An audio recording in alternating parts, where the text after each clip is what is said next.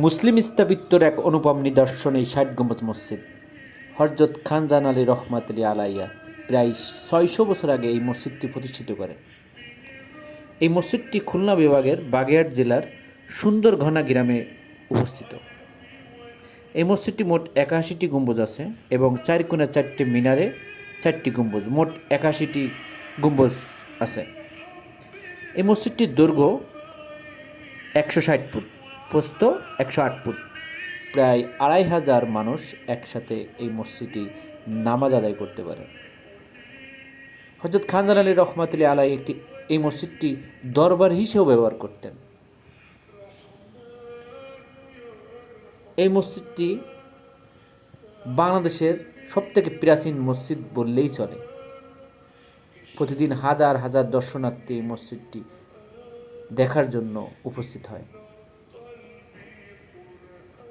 আসলে আমাদের বাগেরহাট জেলার এই মসজিদটি যে প্রতিষ্ঠিত করেন হযরত খানজাহান আলী রহমাতুল্লাহ, এই জন্য বাগেরহাটবাসী আমরা চিরকৃতজ্ঞ।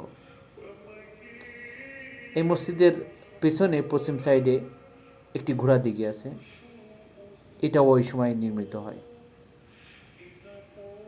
সবাইকে আমি এই মসজিদে আসার জন্য দাওয়াত দিলাম। আপনারা অন্তত বাংলাদেশের সবথেকে বড় প্রাচীন মসজিদ একবার ঘুরে দেখবেন। এখানে আসলে আপনার মন শীতল হয়ে যাবে এবং ইসলামের এক ঐতিহ্য দেখতে পারবেন। সবাই ভালো থাকবেন। আসসালামু আলাইকুম।